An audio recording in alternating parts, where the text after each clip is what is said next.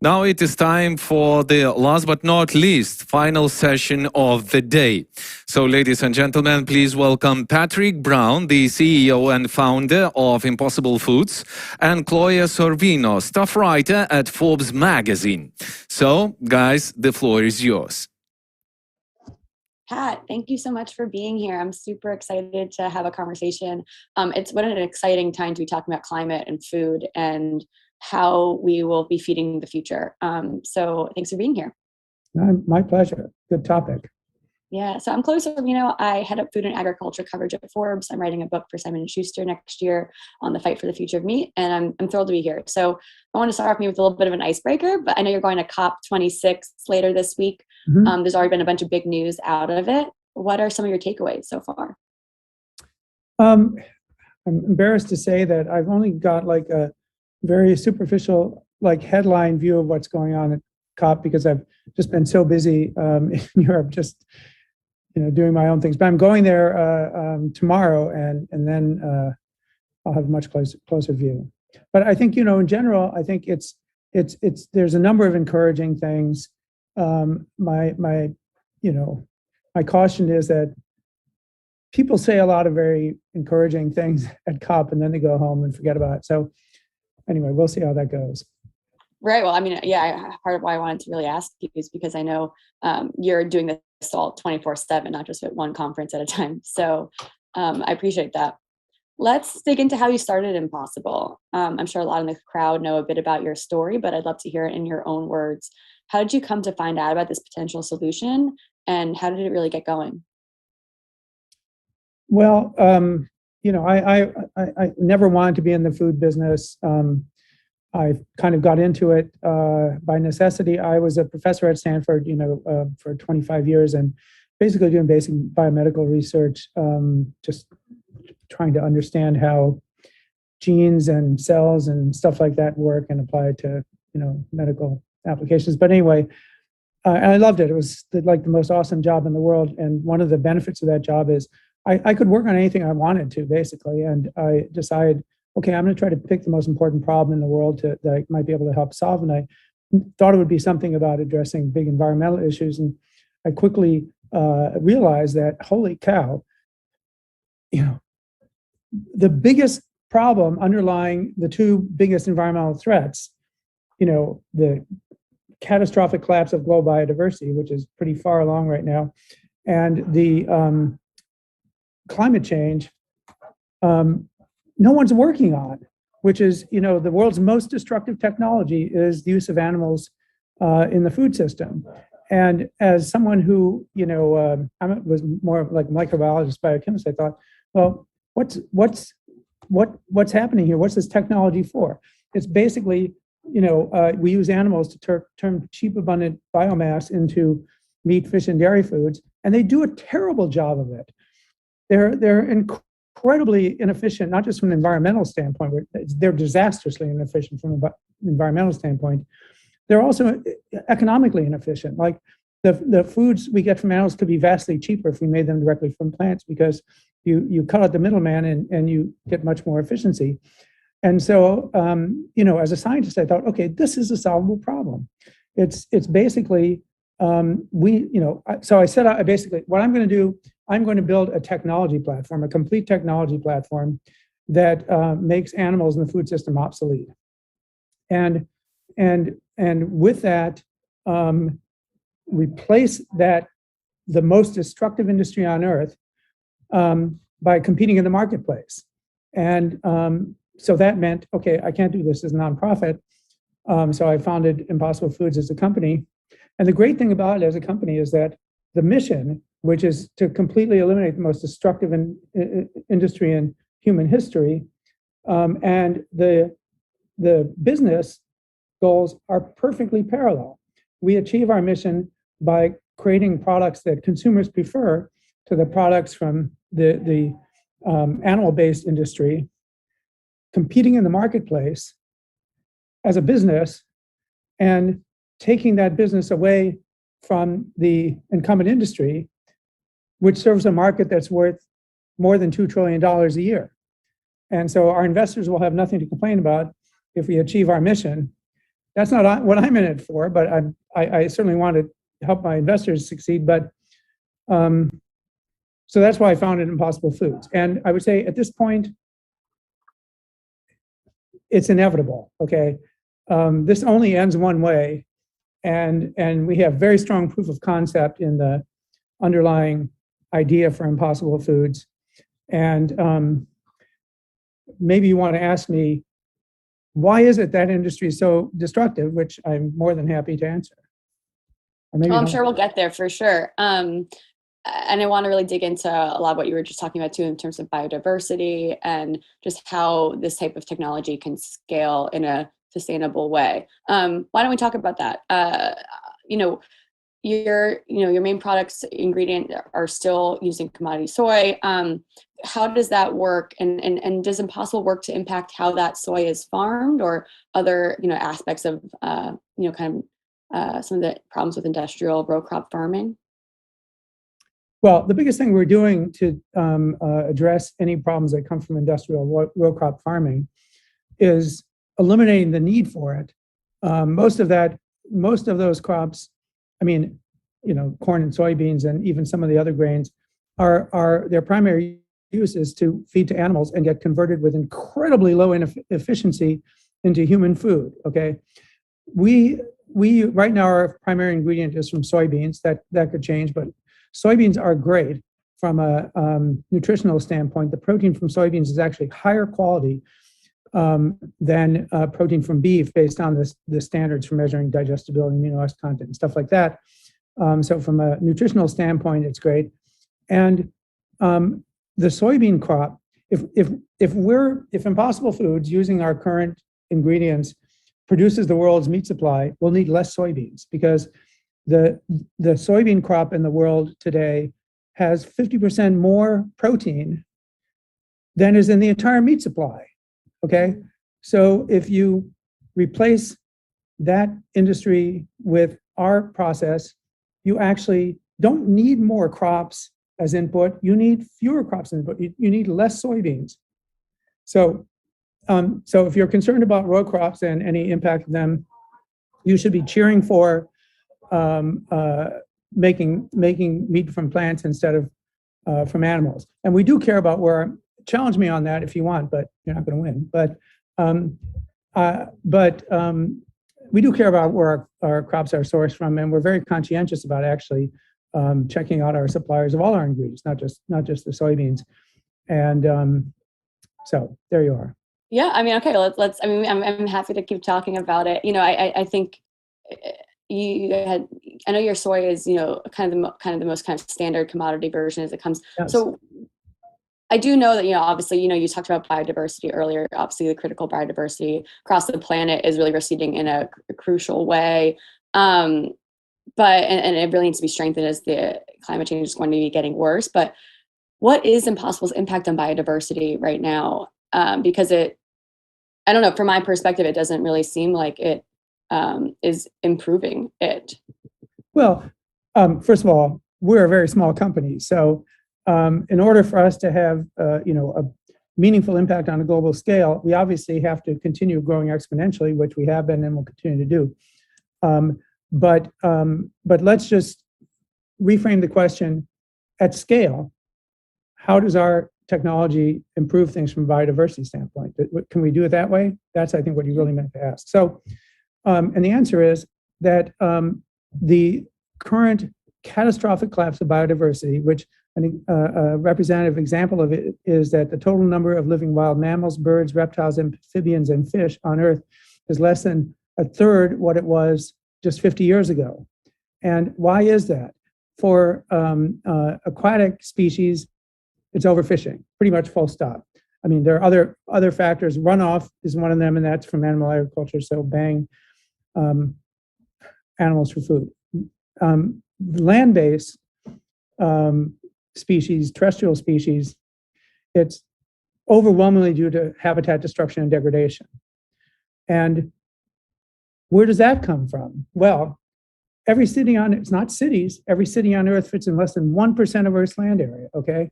Mm-hmm. It's not vegetable crops, because they occupy a little over 5% of Earth's land area. it's animal agriculture, which occupies 40% of Earth's land area. So you can, and that's on the ongoing expansion of that land footprint, which you see happening in real time in the Amazon. Every time you see smoke coming from the Amazon, that's secondhand smoke from your steak. That's overwhelmingly the cause of the biodiversity collapse. And the way you solve it is you eliminate that 80% of the land footprint of humanity that comes from animal agriculture. That's our impact on biodiversity. We reverse the collapse of biodiversity by restoring the habitats that were destroyed to make room for cows. Fair enough. I know there's a lot more to get into, but I know there's a lot more I want to talk about in general, especially about how this technology, these products are scaling. I know you have pork now, you have chicken that was recently unveiled. The first product was a faux beef product. So how has it been just in general pushing further into these markets? Obviously, there's a lot of people who've seen some of the Impossible and Beyond's original success, and a lot more crowded competitors on shelves and just in terms of the startups overall out there. So what has it been like for you, and what has your kind of strategy been in keeping Impossible on the forefront? Oh, well, the strategy is exactly the same. I mean, I think it's awesome that there's so much interest now in companies developing plant-based replacements for animal products, and more power to them. I seriously have no interest in hurting their businesses, and I wish them nothing but success. I mean, remember, from a financial standpoint, this is a $2 trillion industry. So we don't have to win it all to be successful as a business and to achieve our mission. And I consider all those other people that are jumping into the business, they're allies, okay? But there's only one competition that matters, both from a mission standpoint and from a business standpoint. All the plant-based food replacements for animal products altogether make up like 1% of the size of the animal-based food market, okay? Have to be a moron to be trying to compete against those companies. From a mission standpoint, the only thing that matters is the animal-based producers. And from a business standpoint, same deal. So that's what it's all about. And how do you win? You make products that are better than the animal products. If you make them better than the animal products, that's a big challenge to anyone else who's making plant-based products, because it's a pretty high bar. And we've done that, okay? Like you talked about our new product launches, pork and chicken. We tested our pork in China, in Hong Kong, with 200 consumers, blind taste tests, regular mainstream meat-eating consumers, mainly pork consumers, and ours was preferred by a majority of them over the pig product, okay? That's a very strong proof of concept. And of course, it's way healthier, lower calorie, lower fat, lower saturated fat, and so forth than the pork product. But they were just assessing the taste, not the nutrition.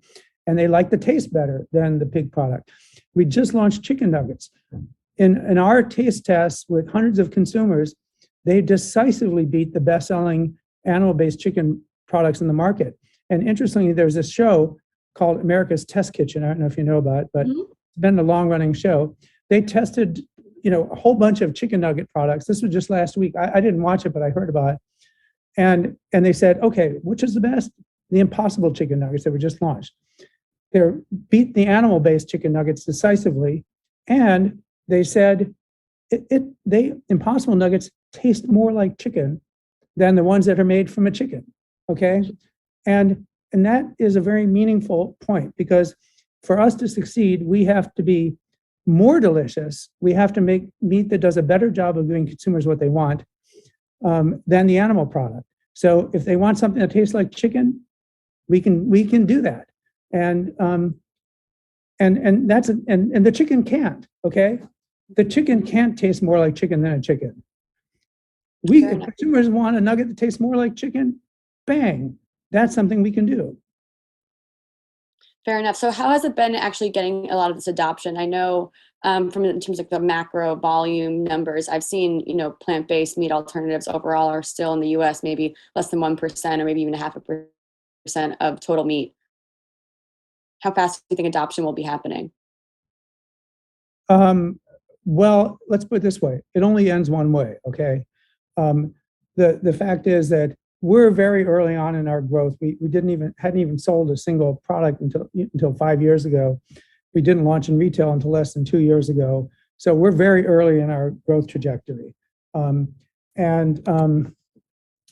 We are already beating the technology, millennia old technology, animal-based technology in several products just on taste as well as nutrition. And so like I say, it only ends one way. But right now we're growing, as fast as we can. Obviously, we're not scaling bits, we're scaling atoms. And that, takes a little more. There's more work and more time involved in scaling. And our goal is to double every year for the next 15 years. So scaling is a challenge. But we're growing internationally. We just yesterday launched in Australia and New Zealand. So we're now in terms of international, Hong Kong, Singapore, Canada, UAE earlier this year, Australia and New Zealand. We're expanding internationally. As you said, we're launching products in new categories. Meanwhile, in R&D, we're doing stuff that would blow your mind. That's going to be the future and basically continue us on the trajectory of better and better than the animal products. And it doesn't happen instantly, but it only ends one way. Fair enough. Okay. So there's a few things I want to dig into from all of what you had just said. So, first off, many Europeans are in our audience today, but haven't had the chance to try Impossible Burgers yet or any of the other products. So what can Europeans expect in terms of Impossible Foods? And have there been challenges to market or what can we really expect in terms of going to Europe? Well, I think, obviously, for any product going into a new international market, there's work involved in that and so forth. For us, the real limiting factor is that, like 10 years ago, we discovered basically the answer to why meat tastes like meat and not like anything from the plant world, okay? And in chemical terms, it's amazing that no one had figured this out before. And it turns out it's a molecule called heme, which is the molecule that makes your blood red, that carries oxygen in your blood, does a lot of other things for your body. It's the business end of the enzymes that break down caffeine and synthesize your sex hormones and blah blah blah blah. It's an amazing molecule. It's essential for life on Earth. But what we discovered is that it's the molecule that is responsible for the unique flavors that make meat taste like anything from the plant world. And it does that because it turns out heme is one of the best catalysts in the world. And it catalyzes the chemical reaction that produce the meaty flavors when you cook meat. It produces the bloody flavor of raw meat. If you take a drop of heme protein and drop it into a bowl of vegetable broth, okay, it tastes like beef broth, okay? Mm-hmm. It's the magic. It is the ingredient that's responsible for why meat tastes like meat. So, but it's never been used as an ingredient in food before. There are hundreds of heme proteins in spinach, but they're not very abundant. There's a lot of heme in meat. That's why meat is red. It's responsible for the red color of meat and so forth. People eat a lot of heme, okay? But it's never been used as a food ingredient before. It's been present in lots of foods you eat, but no one's ever taken purified heme protein and plopped it in there. So that means it has to be, the food safety authorities have to evaluate it for safety, which is great. They should be doing that. And we had to go through that evaluation in the US. The FDA did a comprehensive review of the safety of our heme protein and they declared it safe. Same thing happened in Canada, same thing happened in Hong Kong, same thing happened in Singapore, same thing just happened 5 months ago in Australia and New Zealand. We're in the process in the EU and in the UK. Anyway, the point is, and it's, we know how the process ends because we know exactly what information is critical for them to recognize the safety of it. We've provided all the other food safety organizations. It's absolutely compelling. There's no scientific debate, but it just takes time. These are, no offense, but they're bureaucracies and something that would take, a smart scientist like a week to decide, takes a year and a half. So, which is fine. We know how it ends, but it'll be, passage of time before we're able to sell in EU. Just briefly here, is China also kind of on the forefront, or broader countries in Asia? Oh, absolutely. Look, for us to achieve our mission of essentially making animals obsolete in the food system, we have to be introducing our technology globally. Okay, anywhere where foods are being made from animals, that has to happen. And of course, we're actively doing that. China is the biggest meat consumer in the world, as you know very well. And so, of course, it requires us entering into China. That's something that we're in the process of doing. I think we have something like amazing to offer China with our technology, because China, is completely import dependent for its meat supply. And, food security is very important to China, as to any country. But the availability of that food to China is vulnerable to any disruption of trade, because they completely depend on imports. We can make them import independent, because with our current technology, we use 1/25 the land area that's required to produce meat from a cow. And so we've done the calculations. And their current meat demand requires 4 times the entire arable land of China to produce, which means they have to import. It doesn't work out. Yep. Does not but we could make their entire meat supply with half their arable land. So they could be completely import independent for that critical part of their food system using our technology. So we have a lot to offer China, and we definitely want to partner with parties in China to make that happen. Yeah, thanks. The reason I asked is because China is one of the biggest, the country that's the biggest expected increase by 2050 in terms of meat. Absolutely. Absolutely. Which is why I think it's so critical. Very good point.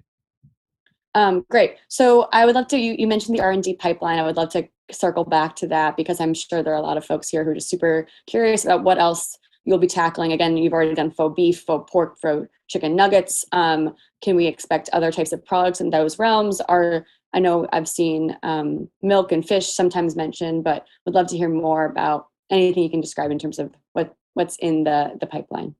Well, in the long-term pipeline, and in terms of the R&D we're doing, the goal is to make animals obsolete in the food system. But basically, that means, and every part of it, I can tell you, is environmentally destructive. You should ask me about climate change, because I have something interesting to say about that, but if you want. But so our goal is to make all those products, and we know an awful lot, because we take such a scientific approach to it about what it takes to make those products, and like the flavor chemistry of fish, and et cetera, et cetera. But anyway, so we're working on them. From a commercialization standpoint, of course, it's not enough to know how to make the product at a small scale. Then you have to figure out, okay, how to build the supply chain and manufacturing to scale, and blah, blah, blah, blah, blah. So these things take some time, but yeah, you can be sure that over the next several years, you'll see from Impossible Foods fish and milk and dairy products and steak and so forth. Those are all in the works, and I'm extremely confident that when they come out, they'll knock your socks off. Cool. I don't like our products being called faux meat, by the way. Okay. I think what we should start referring to the animal products as faux meat, because that's the old school meat that they used to make out of dead animals, and the real stuff is made directly from plants. Okay, so I feel like we've been talking about climate change this whole time, but I want to make sure I hear more about how you're preparing, maybe personally for this business, societally. Obviously, it's already here, but it will be getting worse and worse. Preparing personally for what? Climate change? Climate change, yeah. We're preparing to basically turn back the clock on climate change. That's how we're dealing with it, and it can be done. And there's something. This is one of the things I want to talk about. I'm going to talk about COP. I have a scientific paper that should be coming out in the next couple of days on this, and that basically shows something that nobody's talking about in the climate world, and it's the most important thing for solving the climate problem. I kid you not. People think about animal agriculture as, it's responsible for 17% of ongoing emissions or something like that. And that's a big deal. That's more than the transportation industry, but that's not the opportunity.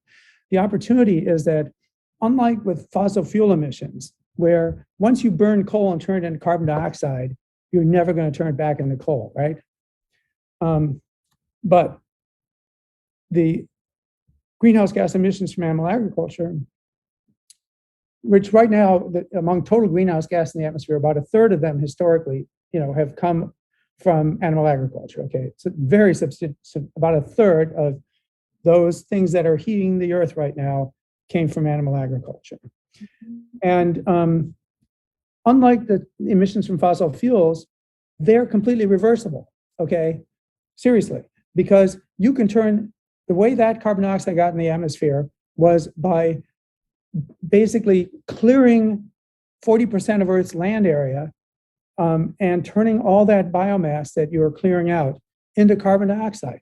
And it amounts to about the amount of carbon dioxide is equivalent to 22 years of current fossil fuel emissions, okay, came from establishing animal agriculture. But if you can eliminate the need for those cows, basically, see you later, cows, and allow the biomass to recover on that land. A lot of it is forest and so forth.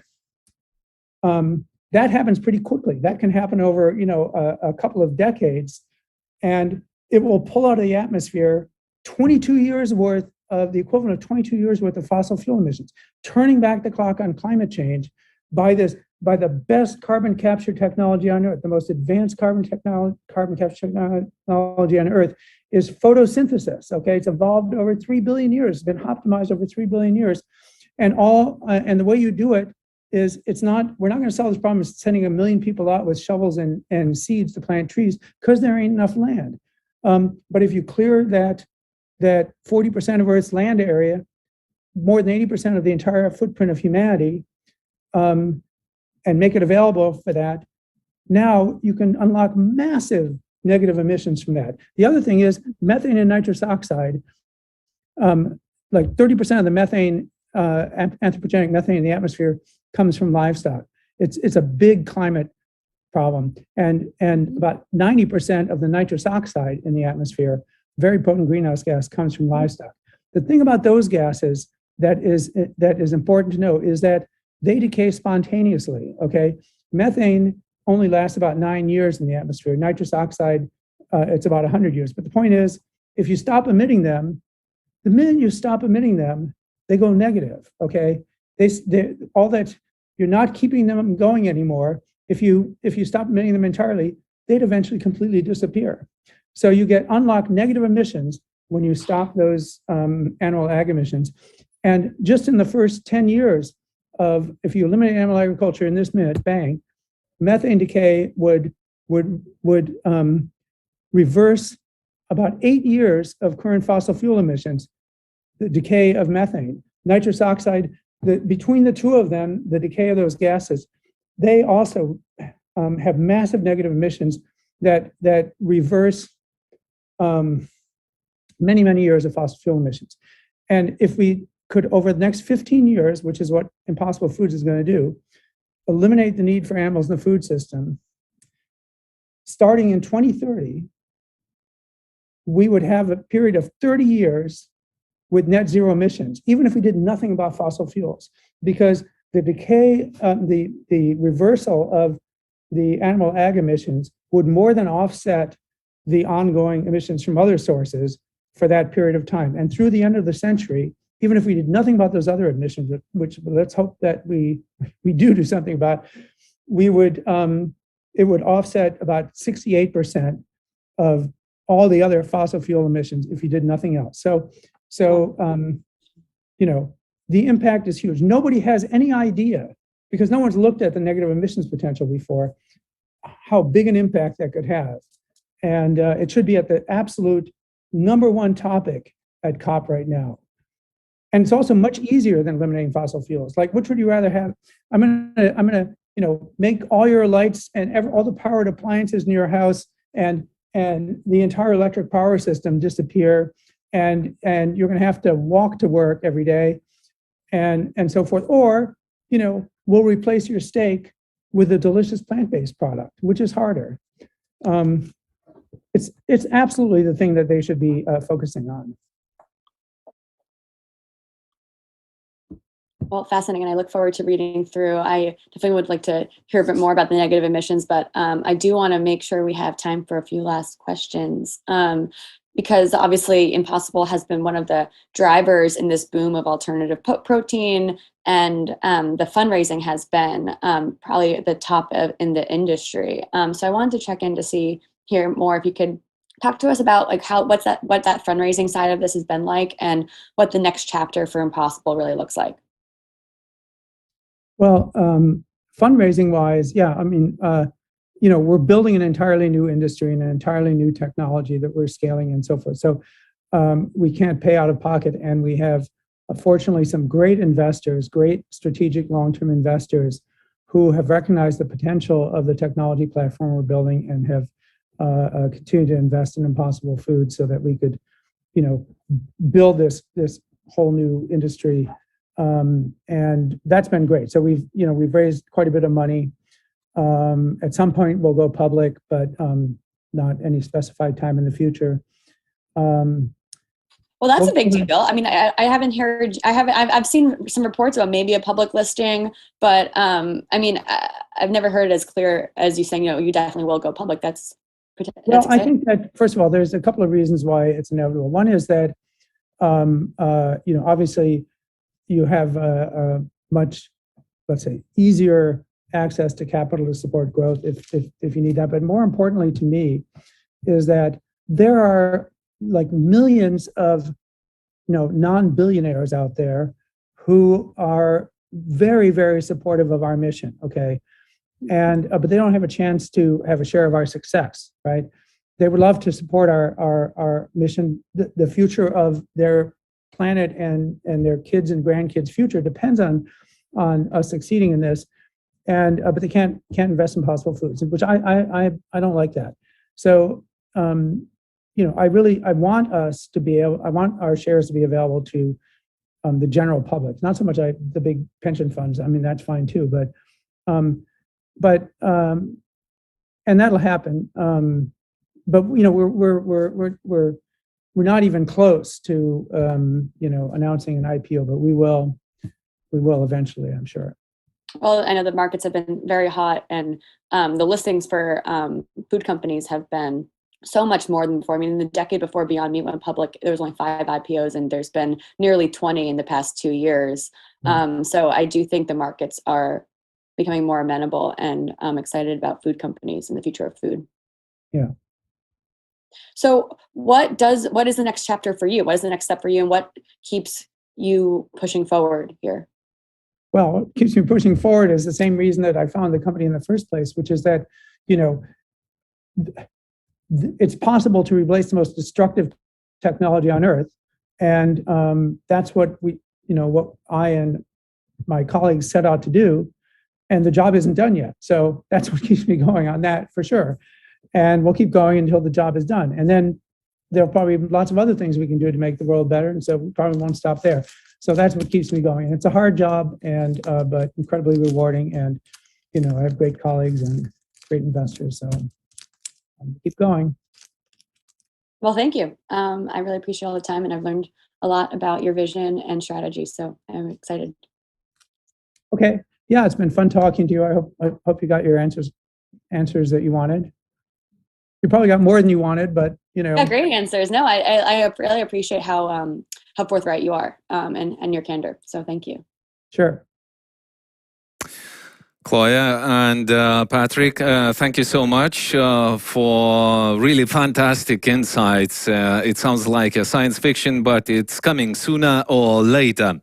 Yeah, it was really great discussion. And now, ladies and gentlemen, we need to have a very, very short break, just 5 minutes. 5 minutes before the most exciting part of our Congress, the Super Finals of Food Tech Challenges 2021. We've been waiting for that moment 3 days long, so stay tuned.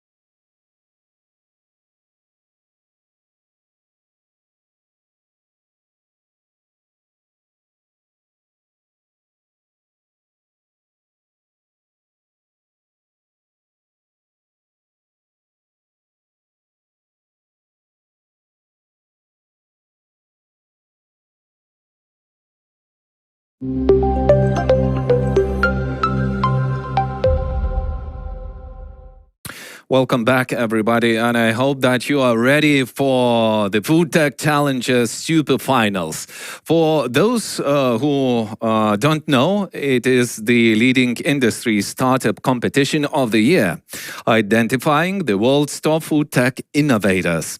This year, we have received over 400 applications, but only 70 startups have made it to the top to compete for an equity-free money prize and the attention of key global investors. So special thanks goes to our partner, Amazon Web Services Activate, for working with us and providing the amazing prizes for our spectacular winners. On Tuesday, the finalists pitched their companies live to remarkable members of the jury, and after tough decision-making, our judges have picked 7 game-changing challenges. So buckle up for their final pitches now. And please welcome our remarkable members of the jury who will help us to announce the winner of Food Tech Challenges 2021. Jill Horsky, Director of Innovation, Mondelez International. Andrew Bluestein, Managing Partner, Bluestein Ventures. Tracy Rains, Chief Innovation Officer, AgBiome. Alexander Bastos, Global Director, Innovation at Givaudan International. Dr. Gabby Shammer, Director of R&D Innovation, The Builders. Neil Gutterson, Partner and Chief Technology Officer, Radical Growth. Faisal Zanyani, Global Head of Open Innovation and Experimentation, The Coca-Cola Company. Olive Book, COO of Adventure Group and CEO of Lument AB. Daria Batukhtina, Business Development Manager, Kubota Innovation Center Europe. Adi Wagman, Investor and Entrepreneur. Aurelian Mir, Principal, Caris Capital. David Ziskind, Director of Engineering, Next Gen AG, Black & Beach. Christian Roca, Senior Associate, Novice Asset Management. Elana Sofia Inguglia, Food Scientist and Technical Head at Brink. Pedro Mesquita, Investment Analyst, Mindset Ventures. Karin Martina Trolch, Managing Director, Cortiva Agri-Science. Gonzalo Perez Taiman, Managing Director, Arpeggio. Catherine Trillo Blanco, Global Growth Platform Manager, Plant-Based Solutions, Simrise. And Gergo Kalksix, Senior Manager, VC Business Development, Amazon Web Services. So we thank our distinguished jury members for being with us today and helping us to reveal the winner of this really tough competition. And I believe that you have a lot of questions to our finalists, and let me shortly remind you the rules of the live pitches. So each company will have 5 minutes for live pitch and 5 additional minutes for the questions and answers from our jury members. When evaluating the presentations, jury members will consider 6 criteria. Problem each of the company is addressing with their solution, product or service, go-to-the-market strategy, progress and traction, team, and potential of future financing. So we wish the very best of luck to our contestants. And so let's start with the winner of the functional food category, Vade Nutrition. Please welcome Joe Johnson, the CEO of the company. And hi, Joe. How are you today? Hi. I'm good. How are you? You're the first, on the line. So how does it feel to be the first one? Oh, we'll just start it off good. I'm excited. Yeah. So you've got 5 minutes for your presentation, and then we're gonna have additional 5 minutes for the questions and answers. I hope that you're ready for that. Yes, I am going to try to share my screen here. Yeah, please do. Please do. Share the screen, and then it's gonna be 5 minutes for you. It says, here we go. Yeah. Yeah, when you first on the line, it is always probably the hardest part. And I hope everything is fine with the screen. Okay, let me know if you can see the screen. Yeah, we can see your screen. I just received the information. I hope you're ready. 5 minutes, start now. Hi, I'm Joe Johnson, the founder and CEO of Vague Nutrition. Our mission is to break the barriers of what we currently see in the nutritional supplement and the food industry by creating the most convenient and high quality nutritional supplements on the market. The world is moving towards healthier eating, increased fitness and exercise, plant-based foods, and just an all-around more health-conscious direction. However, if you want healthy meals, protein shakes, or other supplements while you're on the go, these are your only options. It's messy, it's bulky, it's a hassle. Not to mention it creates a ton of environmental waste, and it's definitely not convenient. But fortunately, the future of nutrition is here. Say goodbye to the mess, hassle, and environmental waste of plastic bottles, protein bar wrappers, big tubs, and hello to convenient, high quality, delicious nutrition at your fingertips.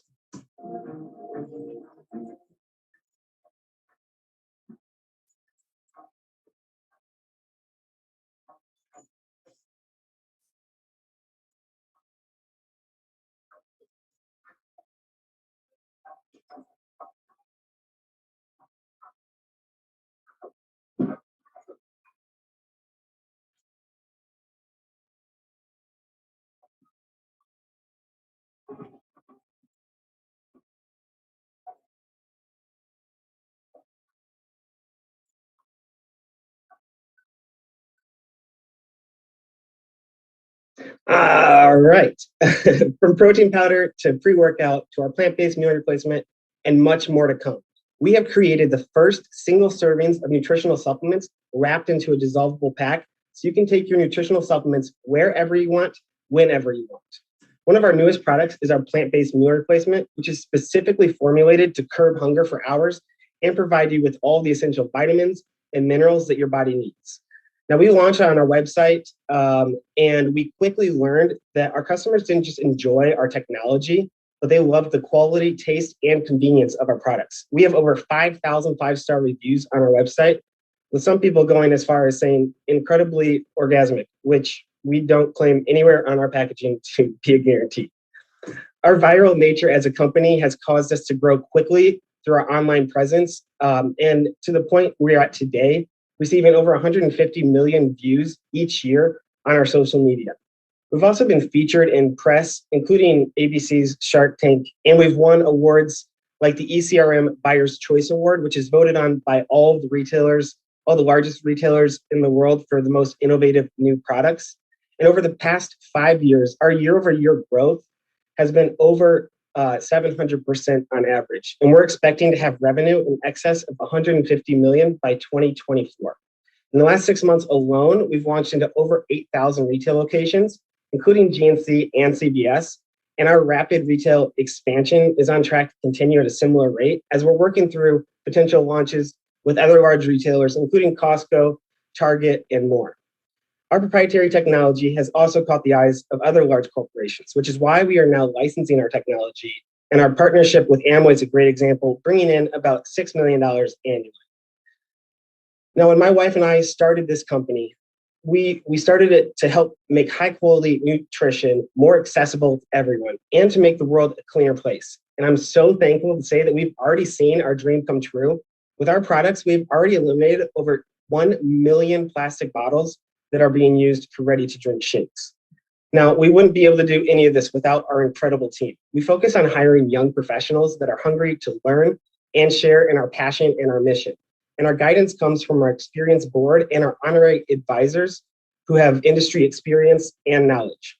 To date, we have raised 2.6 million in equity, and our next round is anticipated to be a $10 million round with a valuation between 65 million and 100 million. These funds will be used towards growing our team and expanding our product line and our marketing efforts, as well as inventory. We believe the industries were made to be challenged. They were made to be changed. Join us as we make the world a healthier place with clean nutrition and a clean environment. Welcome to the future. Welcome to Team Vade. And now it's time to do a backflip. No, I'm just not going to do that. Thank you so much, Joe. I loved your enthusiasm, and as I understood, if I use your products, I will become strong as you and doing that backflips, right? Yeah. Also, not a guarantee on our packaging. Okay, Yes. but then you need to change your name because when you use your products, you cannot be Joe Johnson. You should become G.I. Joe. I think so. All right. So thank you so much for the first pitch of the day. Dear jury, if you have any questions, please go ahead. 5 minutes for that. Who would like to start? Hello, Catherine from Simrise. So great concept. Where else are you looking to take it in terms of product development? As far as different products or different geography wise?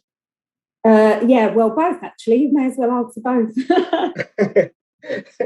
So our goal as far as product expansion is being able to provide people in any walk of life the quality nutrition they need conveniently. So we're not focused on even the products we have right now. We launched those because we wanted to make sure that we were providing as many people as we could that convenience. And so our goal is to be able to provide that same convenience, whether you're eventually, even all the way down to licensing out the technology for baby formula and things like that, and elderly. As far as international expansion goes, it's something that we are excited about and looking forward to do. We have been focused on the U.S. market so far, and there's a lot of international excitement around it. So we're probably going to be growing internationally this year, within the next 12 months. Thank you. Next question. Yeah, please go ahead. Hi there. One question on product differentiation. What makes your product healthy, from the consumer's perspective, and how does it differentiate, for instance, against brands like Vega? I'm sorry. So the question was, what makes us differentiates us? Yeah, on like the health credentials from the consumer's perspective. Is it because there's particular pea protein, higher quality organic, or how do you differentiate from the consumer's perspective? And then the other question is, relative to other products on the market like Vega, what's your differentiation? Yeah. So when we are developing our products, we really focus on just quality, no filler ingredients. We focus on not making anything that we wouldn't take. That was kind of the first statement that I had when we started this company, was we were only going to make the highest quality products that we believe in enough to take ourselves. And so we do spend a little bit more on our powders than at a normal nutritional supplement company, because we focus on the ingredients. We make even our whey protein is lactose free, it's fat free, it's sugar free. It's just pure protein if that's what you're looking for. And the plant-based meal replacement has 26 vitamins and minerals, 10 superfoods, a power greens blend. And so obviously with all the product expansion that we're looking to do, there's a lot of different areas that we can look at expanding our footprint from a product standpoint. But with every product that we launch, we want to not just have the convenience, but have the highest quality of products. And we do look to outside research to develop those products. We've still got 1 minute, a bit more, just minute and a couple of seconds. One more question. Yes? I have a question. So what percentage of your revenue do you expect to come from the sale of the product, and what percent will come from licensing the packaging technology? So that's a great question. It's going to shift as time goes on. Our licensing partnerships, we're not looking to erode any of our market. So Amway is a great example because they have a different business model. We don't sell to the same consumer. And so that obviously grew really fast, but our direct sales and our wholesale is going to be a majority of our sales as we continue to grow. It's about 70% direct and wholesale, and then 30% licensing. And that the licensing will be, it will never be over 30%, I would say. 25 seconds left. No more questions? Quick question. Yeah. Quick question for me. Interested, obviously we see a lot more stick pack, powder packs, whether it's for hydration or for powder. So how does other kind of formats for single, convenient single serve, how do you compete against those, and what's the big benefit? Yeah, hydration packs are a great point. That's one of the products we're going to be launching into in this next 12 months. And we're able to do this without having a package that you have to throw away. Hydration packs are a big deal, and those are creating a lot of environmental waste and inconvenience of people if they're running and now they've got this wrapper they have to figure out what to do with. So that's a great area for us to expand into, and that is part of our focus for sure. Bait Nutrition, Joe Johnson, thank you so much for the first speech in our super final. And let's move to another category. I would like now to welcome Nicholas Hartman, the co-founder and managing director of Fly, the winning company of the alternative proteins track. Hello there. Hi. How do you feel today? I'm pretty excited to be here and excited to be selected, and I look forward to the next 10 minutes together. Oh yeah, so first 5 minutes for your presentation, and it starts now. And please share your screen as well. Awesome. Let me know when you see it, and then I'm ready to go. Everything is fine, please go ahead. Ready. Hi, everyone. I'm Nicholas, one of the co-founders of Fly. We're a food tech company based in Berlin, and we are the next generation of dairy. It started kind of all with the technology of cow milk. Then Alpro came around, brought some, were the first ones in the alternative protein world. Oatly came, made it cool. And we believe the next step will be an increased focus on health, and that's what we're standing for. We all know the market is huge. Even in Europe, it's just a tiny fraction right now, the alternative dairy market from the dairy market. But what excites me a lot is what you see on the right-hand side, that based on a McKinsey study, 52% said they want to eat significantly more healthy. And I myself used to be a professional athlete, so health is something that's really close to my heart. And I believe a lot of the current options lack this. So when we look at the legacy crops, as I call them, we have soy, which arguably is probably still the best when we look at nutrition, but there are other reasons why people switching away from soy. And then when we look at almond, coconut, oats, we all have an issue when it comes to the nutritional value, the impact on blood sugar, short chain carbohydrates, and lack of protein overall. And that's why we believe pulse proteins will be a key kind of lever for the future. We think that's a very pea protein specifically, very attractive protein, good amino acid profile, efficient on the CO2 level, good functionality. And we see already great strides being made in the meat category. But the one and the biggest challenge is, of course, to nail the sensory experience. Specifically, these like beany, bitter, grassy, these off notes that are often referred to when it comes to pea protein. That's why it took us over 2 years to launch V1 of our milk alternatives. And it's something where we pride ourselves in on how to reduce, on the one hand, these off notes and then mask them to create the perfect final product. And so far, this is what we've created. We've seen here comments like, there's no comparable vegan milk alternative. Cow milk is out. This is the first no milk that I can recommend. My blood sugar levels improved, healthy addiction. And these are all reviews just from our website. You can check it out on flyfoods.com.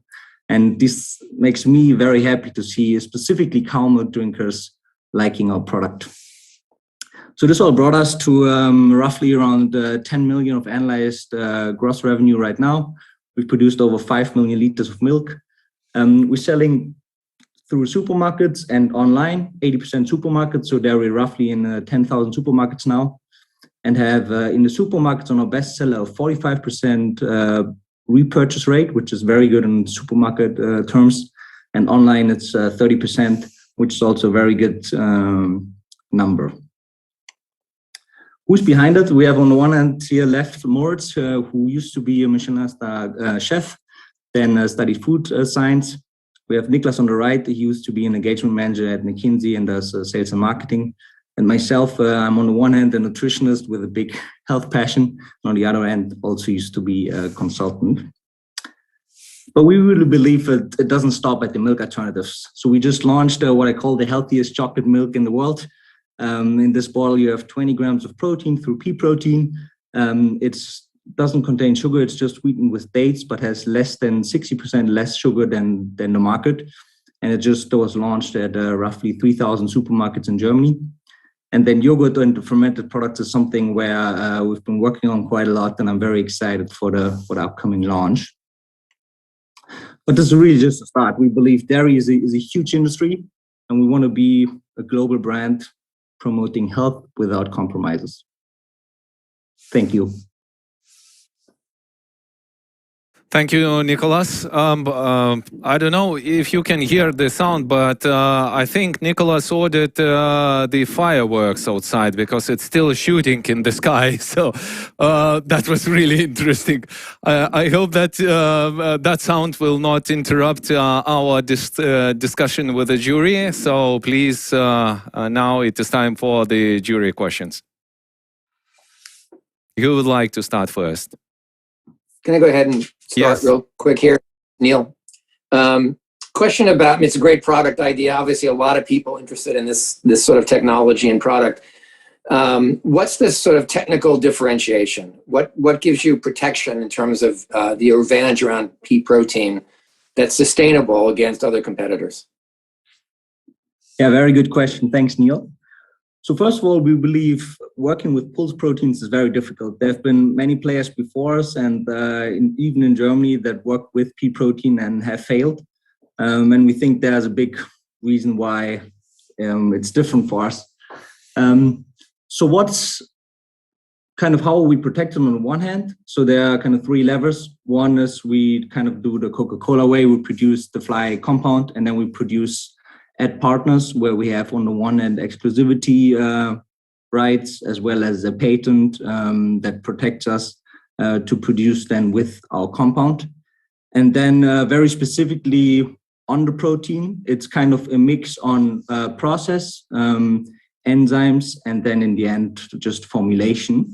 And with these three kind of we've optimized and continue to optimize. So to give you an example, with our barista, we started with version 1.0, then we went to 2.0, 2.1, 2.2, and now launched 3.0.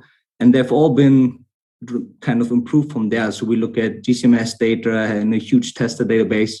And we believe this is really just the beginning because it's changing so fast and we want to be on the forefront of that.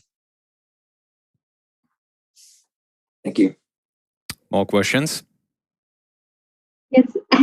How are you going to get the consumer to try your product? There's so many out there on the shelves. So what's your plan to get people to try it for the first time? You said it tastes delicious. So how do you get them to buy it and try it out for the first time out of all the other products?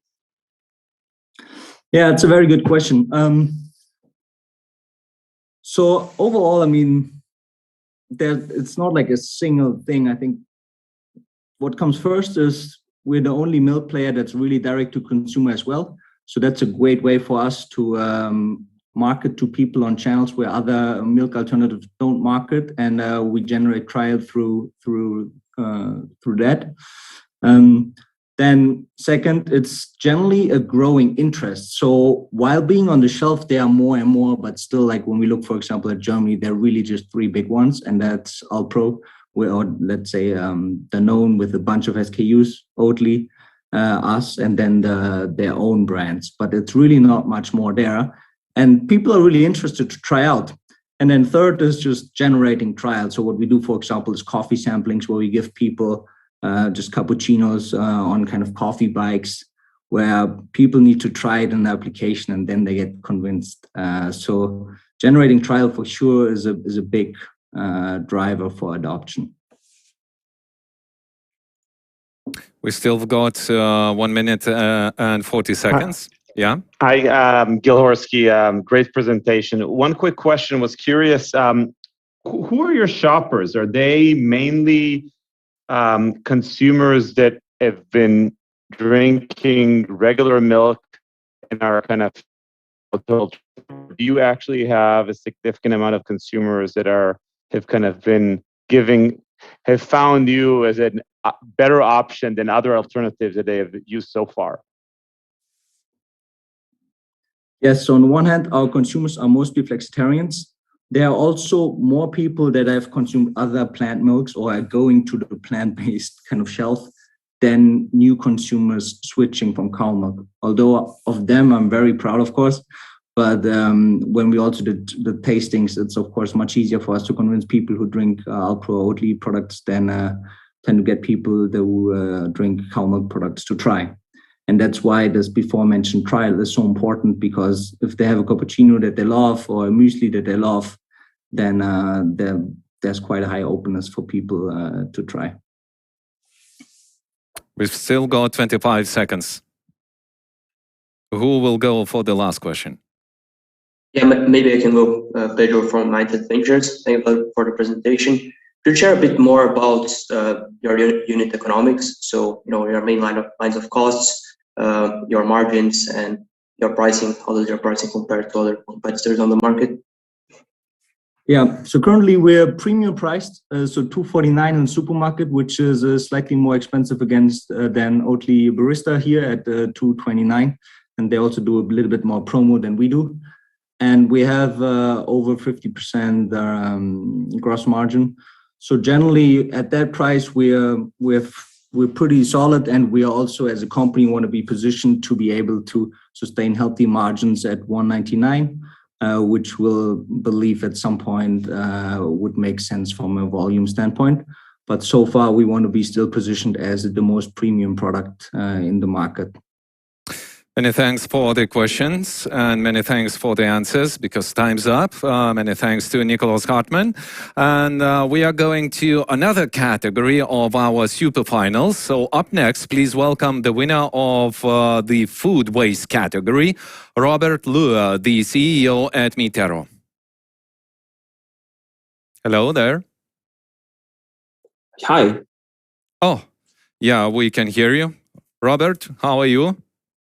Good, how are you? And we would like to also ask you to share your screen. Otherwise, we cannot see your slides. Oh, can you see? And right again, 5 minutes for the presentation and 5 minutes then for the Q&A session. Sounds good. Please. Perfect. Before I begin my presentation, I'd like to ask everyone a simple question. Do you drink beer? Do you know that your beer can help the world replace single-use plastic? That is right.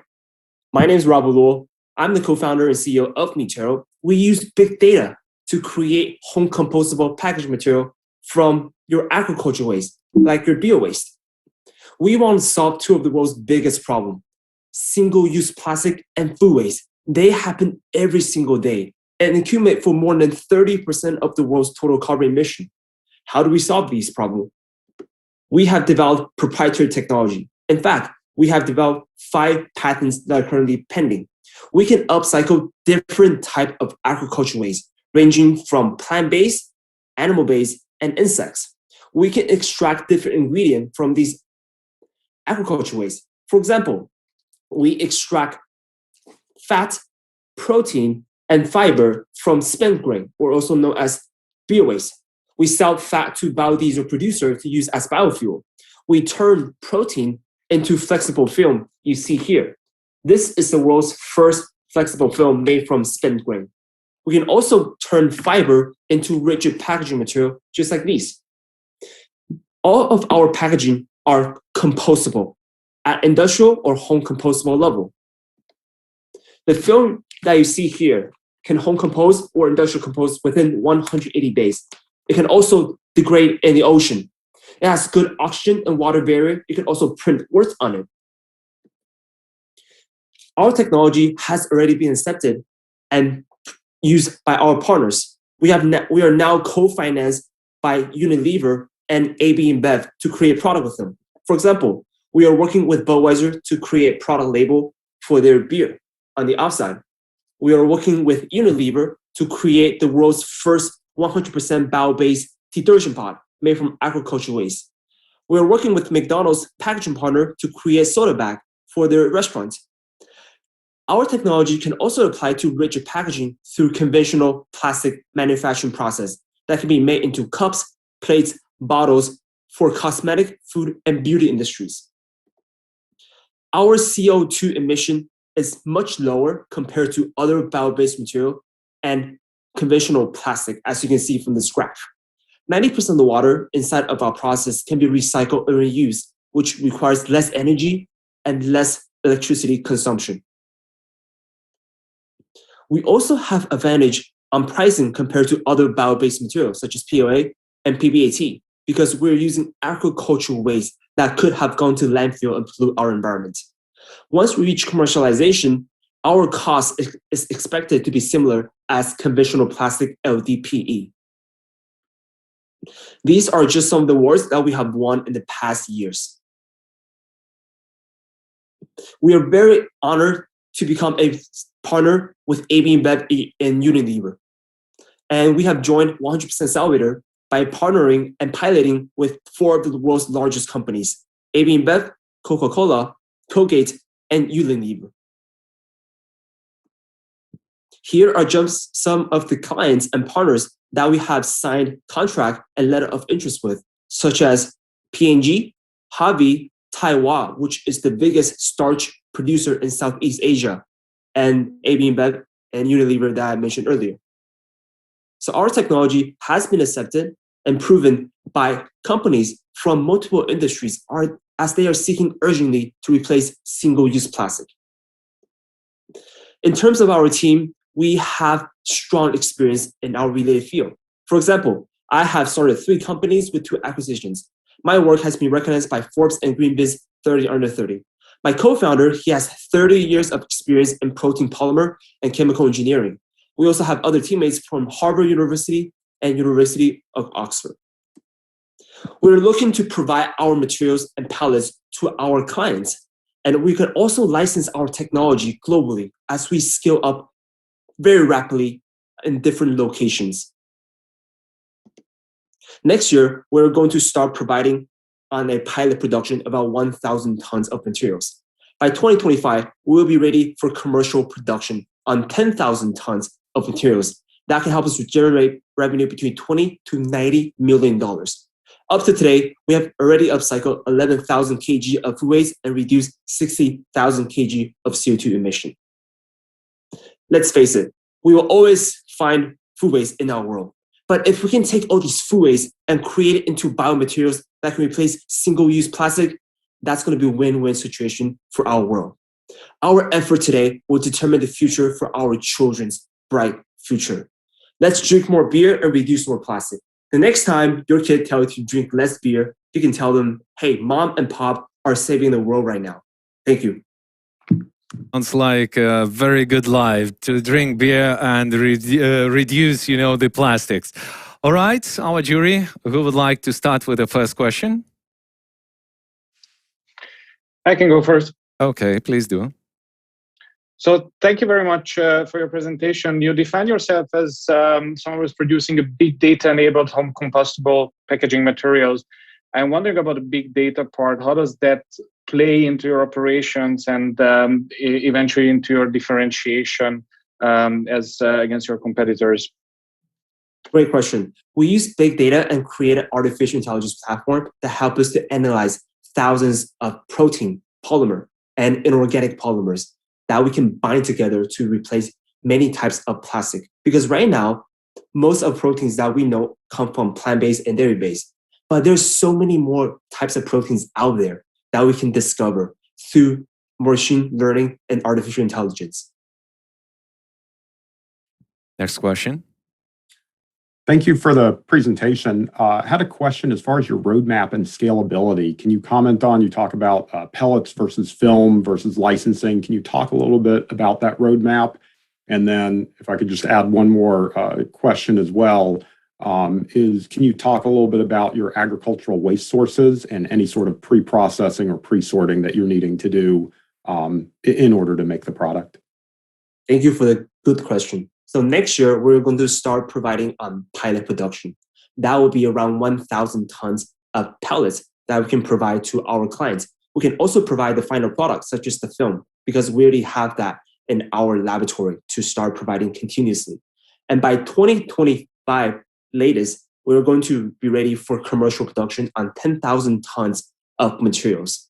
And we can scale up this technology globally because we can source our raw materials such as spent grain from beer manufacturers globally. We can also use other type of agricultural waste, such as dairy waste, such as tofu waste. As long as these wastes have protein, have fiber, we can essentially use them. And we can also license our technology to our partners. They can generate and make these materials in their factories. Next question, please. You talked about pilots and then scaling up to production, but it feels like it's some real capital requirements that you have for growth that may be more challenging than some other companies sort of that we're going to hear about today. Say a little bit about how you're going to address that capital challenge to produce at scale. Mm-hmm. That's a very good question. In fact, our process actually requires minimal capital because we can use the existing plastic manufacturing machines, the existing infrastructures. So that helps reduce a lot of costs. Even at lab level, we can already produce 10 to 70 kgs of materials on hourly basis. So even at lab level, we can already produce 100 to 200 tons of materials per year. So that does not require a lot of capital for us. And licensing is a great way for us to scale up by not using more capital. And we are right now collaborating with Budweiser in China. We are setting a production line in their factory using their infrastructure to help us scale up quickly. We still have some time for one more question. So what's the economic trade-off then in terms of using other people's capital? I mean, obviously that's a nice step. It's more of a licensing play than a sort of production play. Just say a little bit more about that if you would. Sure, yeah. So obviously, Budweiser would love to see what value can we create for them. So for us and Budweiser, we're creating a closed loop system where we take their spent grain, this is the spent grain that we got from Budweiser, and we can create it into packaging material that they use for their supply chain to wrap around the wrap to protect their beer and products. So that creates incentives for us to partner with our supplier and downstream partners. And that creates a win-win situation for everyone. And that saves us a lot of heavy capex in the beginning. 28 seconds more. So if there are no more questions, many thanks to Robert Lua. Thank you for being with us. And now we are going to another category. And we are moving to personalization. So it is my pleasure to introduce Melissa Snover, the CEO of Nourish 3D, winner of personalization category. Melissa, hello. Hello. Oh, we can hear you. Hi. Yeah. Hi, please share your screen and we may start. So everything is fine and 5 minutes for you starts now. Great. At Remedy Health, we use 3D printing technology to personalize the health and wellness market.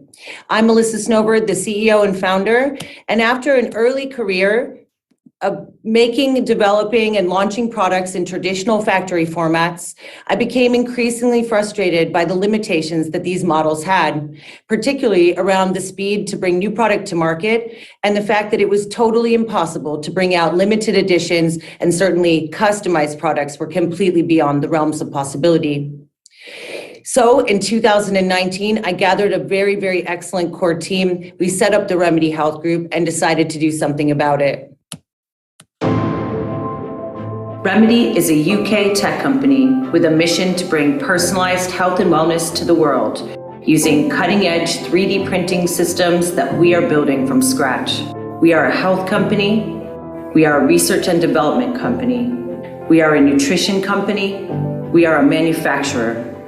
We are scientists and food technologists. And we believe that good health should be a basic human right. We exist to give our customers and our team the tools and support that they need to live their best lives. We are exponentially more powerful together. We are ruthlessly committed to the pursuit of better life through science. And together we're making something that no one has ever made before every single day. And we know as a combined force, there is nothing we cannot do. And we won't stop until personalized health and wellness is available to everyone, everywhere. With that incredible team, we have developed 12 different patented technologies across hardware, process, and material science, which we combine in order to create hybrid manufacturing models, allowing for the first ever authentically manufactured, fully personalized products to be made in a process which has less waste, a just-in-time format, and is scalable and price point approachable for the mainstream market. We use these technologies in order to apply them in the preventative health market under our brand Nourished, everything to do with nutrition, vitamins, supplements, and functional foods, and in the curative health market under our brand Scripted, where we're working on personalized dosing of medication for live patient environments and optimizing drug developments. Our debut MVP to market is Nourished, the world's first and only authentically manufactured personalized gummy vitamin. By answering a few short questions on our online consultation, our clever algorithm will ask information about your health, lifestyle, and goals, and produce a recommendation of the 7 nutrients which are best suited to you from a vast list of 33 potential options across vitamins, minerals, superfoods, and actives.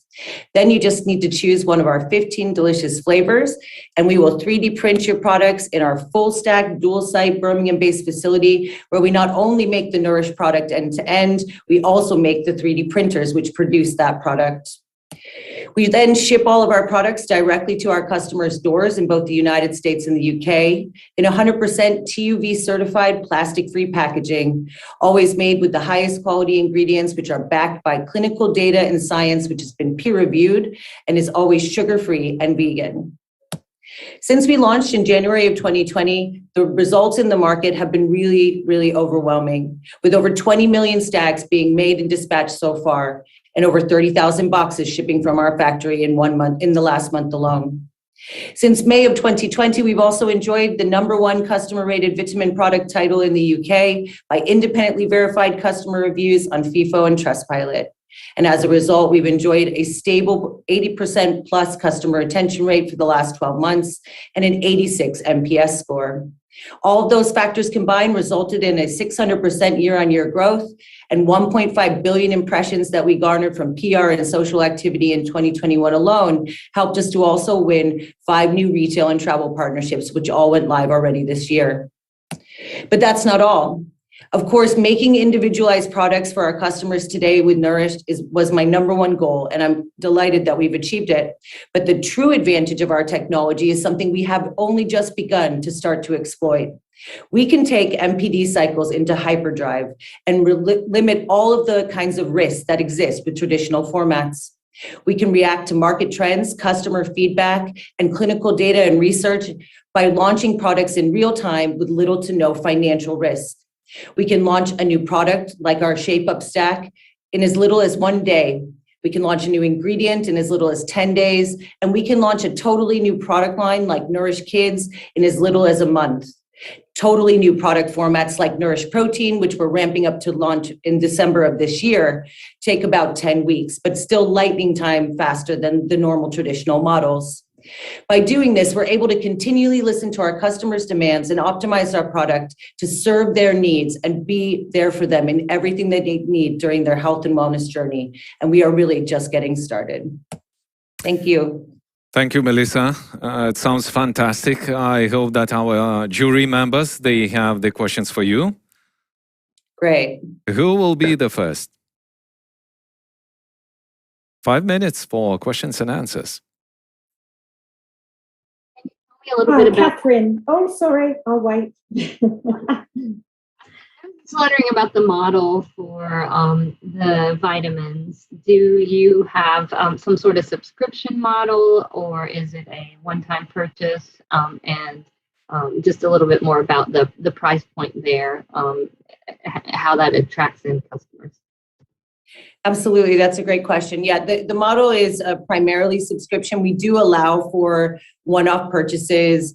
We have some really fun products which people actually gift. So for example, we have an advent calendar with vitamins in it right now that people are buying as gifts for Christmas. So you can do that.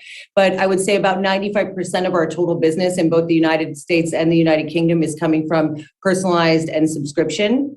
Across that, we sell in the UK for $35.99 a month, and in the US, it's $59.99 a month. All right, next question. I saw raised hands, so. Hi, great presentation, and I really like the product. I want to know if you have any kind of data about the customer after taking this personalized vitamin, and if you see any change of this, not just in terms of the consumers, like retention and everything. That's a great question. Thank you.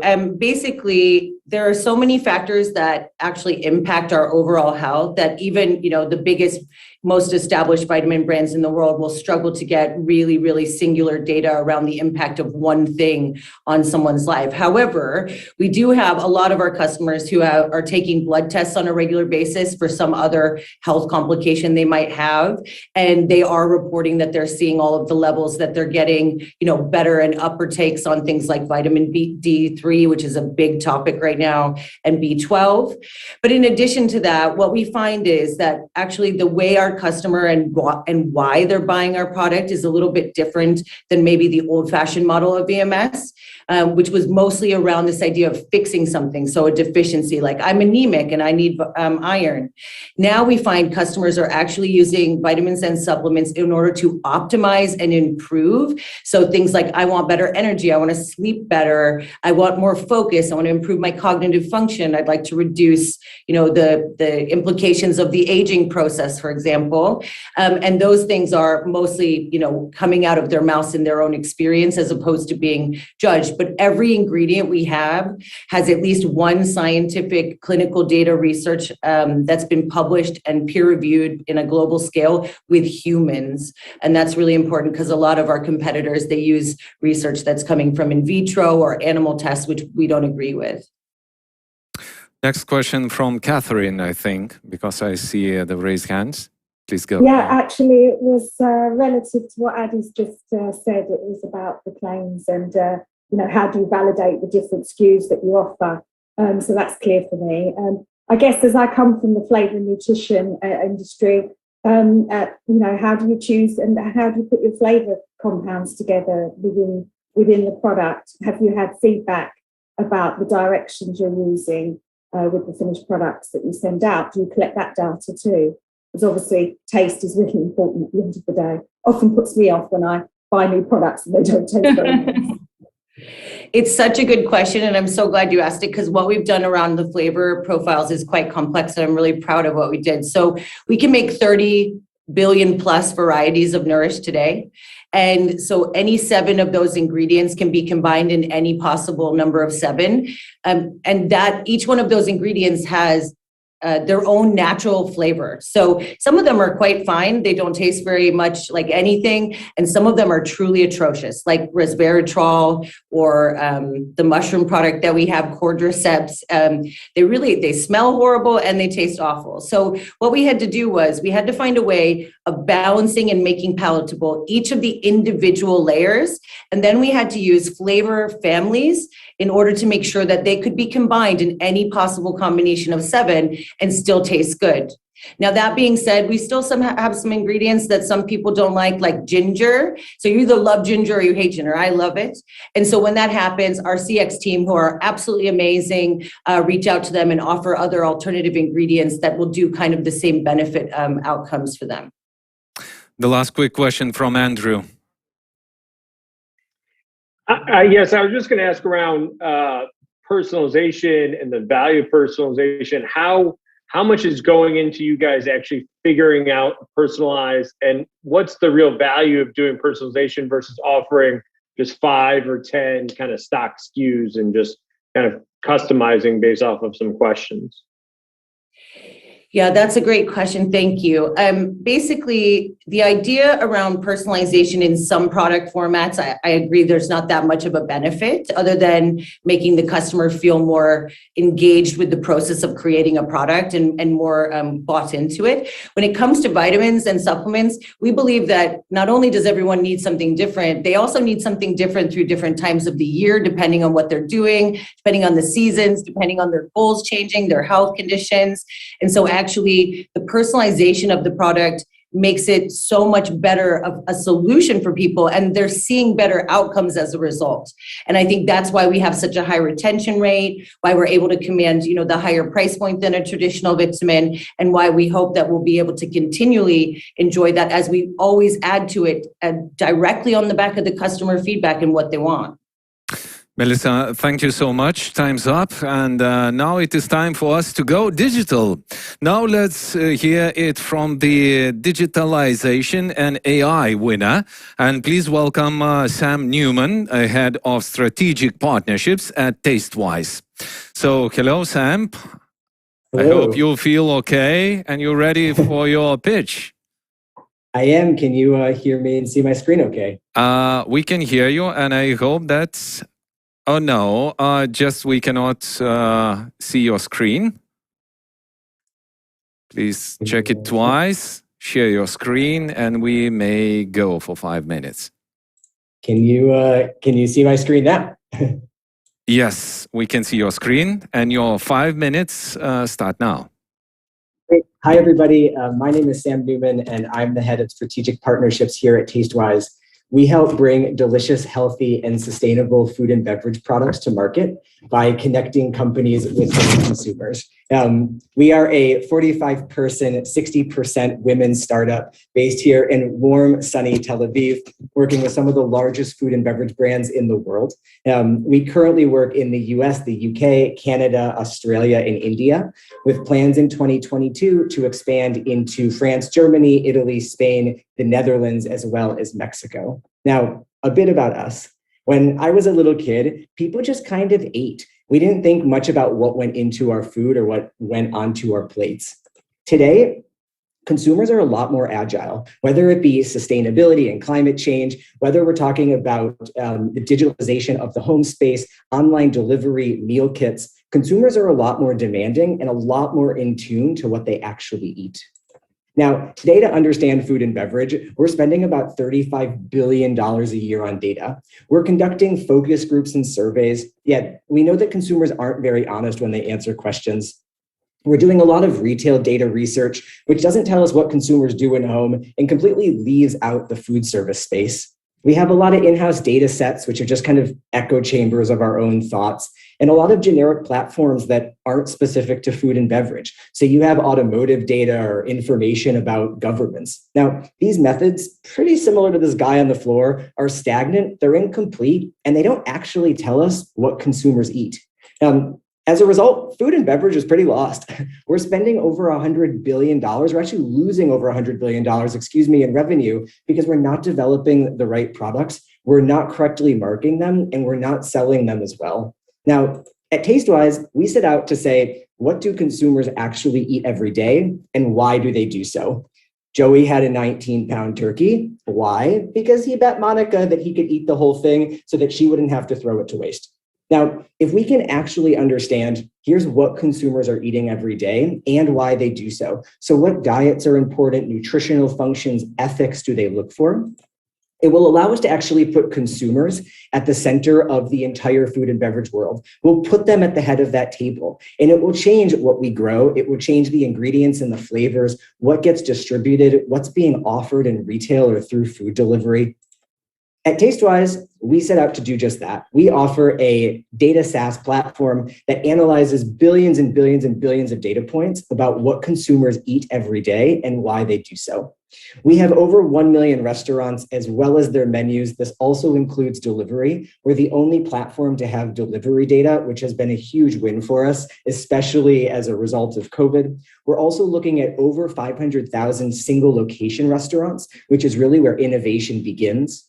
We add to that recipe data, so blog sites and Pinterest, which help us understand consumers when they're in home, how do they actually pair all of those ingredients that they buy in retail? And on top of that, we have social media. Here we're looking at over 50 billion interactions from Instagram and Facebook. And social is so crucial because not only do we understand here's what somebody ate because they literally show us, they take a picture of it, but it's there that they tell us why. They say, I just had this amazing kombucha drink and I did so because it's good for my stomach. Now, I'm sure you all have better plans on your weekend than to process billions and billions of data points about what consumers eat.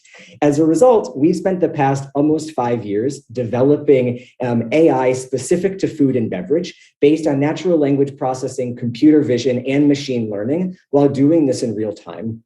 AI is so important because there's a lot of nuance in food and beverage. Something can be plant-based, it can be cruelty-free, it can be vegan. It's referencing the same idea. And so with AI, we can smart cluster together all of these different concepts so that you really have an understanding of the nuance of food and beverage. AI is also so important because it allows us to uncover new ideas we didn't think about before. So it says, hey, are you aware that ashwagandha is on the rise? Maybe this is something that you should go and explore. Today, we work with brand teams and marketing teams, insights teams, consumer insights teams, R&D, sales teams at some of the largest companies in the world, from Mars, Kraft Heinz, Nestle, Conagra. Really top brands are embracing this agility and digitalization. We have worked with Freshly to create one of their best-selling international dishes that they brought to market 10 times faster because of our data. The CEO of PepsiCo tweeted about using TasteWise data to help them launch one of their most successful snack products in 2021. And Campbell's culinary team uses this to actually create 5 times more product ops with their food service team. So the data's there, the technology's there. The question is, how are you going to embrace this digitalization to create delicious, healthy, sustainable products and better feed the world? Thank you. Thank you, Sam. That was really interesting. But, you know, without any research, I could tell you what my kids eat for breakfast, lunch, and, dinner. It's computer games. When I cut the wires at home, they will start eating mobile data. All right, now it is time for the serious questions. And who would like to start first? Start. I wanted to ask a question about privacy. So, you're scraping data from social media and different other sources. So how do you actually protect this data and maintain compliance? Yeah, for sure. So all the data that we collect is public and open source. And we specifically do this because we work with companies both in the US as well as in the EU. And so we make sure that we only collect data that's public and open already to the market, which allows us to be in line with privacy laws in those countries. Next question, please. Still Can you say a little bit, Sam, about the business model? What's the price structure, subscription basis? How do you work with your partners? Yeah, for sure. So we offer a SaaS platform. When we created TasteWise, we wanted to create a way that when a team has a meeting in 8 minutes and they need answers right away, they can log on into that platform and quickly get the answers. Not that any of us have ever been 8 minutes before a meeting and not know what we're going to talk about. What that means is that we offer the platform with a certain number of user logins based off of a certain number of countries that you're looking for data for. And we provide as well onboarding and training because it's important that when you do have that meeting in 8 minutes, that you can get those answers yourself. Although, of course, we're always here to work with clients on an ongoing basis on different types of briefs or projects that they have. 3 minutes. So just to be clear, there's an element of sort of general use and then an element of specialization for your partner? Yeah, so you get access to the platform, and it allows you to query what type of projects that you're working on. Currently, we limit in specific ways more from the geography perspective rather than specifically categorically. Adi, now it is time for your question, please. I found that your offering is quite confusing in a way that you are talking about the food and beverages, you went to deliveries, and then you spoke about startup companies like Freshly rather than, PepsiCo and all these guys, that the development process for them is taking quite longer than 8 minutes to decide which is the next product. My main question is, how much your tool is actually a decision maker tool, or rather than just another tool for the marketeer or for the food development teams in their process? How much it's crucial for them to take a decision using your tool? And I would love to see, besides the big names like revenue model or something that indicates that this is like the main game changer for the food and beverage companies. Yeah, so I think you're asking a couple of questions here. And as I mentioned before, right, the CEO of Pepsi tweeted about TasteWise because even he's aware of this type of data to really understand and keep a pulse on the market. I think probably the biggest challenge that exists in terms of understanding consumers to date, whether it be a marketer all the way up to a global CEO, is what actually do consumers want and why do they want it? Are we seeing an increase in conversations about plant-based versus keto? What type of functional health are consumers looking for in food? So while a marketing team and an R&D team and a culinary team can use this on a day-to-day basis, when I say 8 minutes, it's more that we need data in 8 minutes that we would otherwise have to wait 3 months to get a report or a survey. So they can log in and quickly get information that helps them answer questions that they're looking for in those meetings. While on a C-level executive perspective, they can use this to track the market. Are we headed in the right direction? Should my entire team be focused more on functional benefits or certain types of international cuisine and understand in more real time what people actually eat? Last 10 seconds. Who will go for a quick question? Just wondering, why isn't this a solution, a global solution from day one? What does it take to open up Mexico and India and other countries? Yeah, for sure. So because we use AI to process all of this data, it means that we have to train the algorithm in specific languages and use it to process all of it. So even when we went from the US into the UK, right, like chips can mean different things depending where you go. And so that's why we've been in the process of not only collecting the data, but understanding that nuance in language and all the markets that we're entering into. Sam Newman, TasteWise, thank you so much for your presentation and for your answers. Let's go up. Up next, please, a round of virtual applause for Douglas Elder, the head of pre-sales at IGS Limited, the winner of Agri-Tech category. So, hello, Douglas. There, how are you doing? I hope you shared your screen. Hope so too. Can you see that? Just a second. No, we cannot see it yet. Okay. It's quite late where you are now, right? Yes. Scotland, we get quickly here. It's time of year, so how about that? Yeah, we can see now everything. Great. Everything is fine, and 5 minutes for you. Great.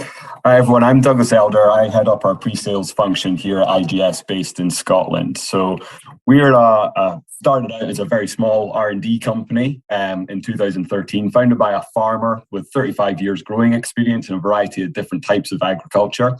but also an engineer from an industrial automation background. And the two of them came together to really pull together an integrated controlled environment solution growth tower system, which is a vertical farming system. Since then, we've developed 17 patents around the technology and have invested over £8 million in our research and development. We're now moving to that fully productized solution, which we're deploying globally.